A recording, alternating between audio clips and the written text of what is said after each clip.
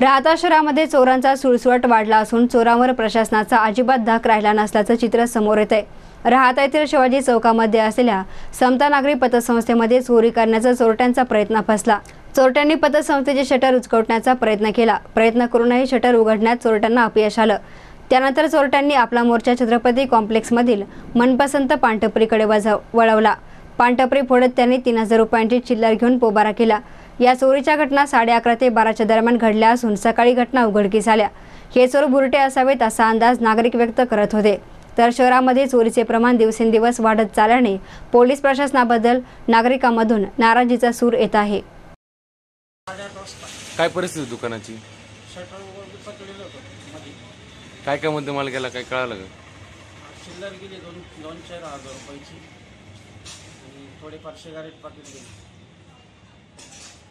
पोलिसांना बोलवलं होतं का इथं? नाही, फक्त निरोप दिला होता तिथं। हां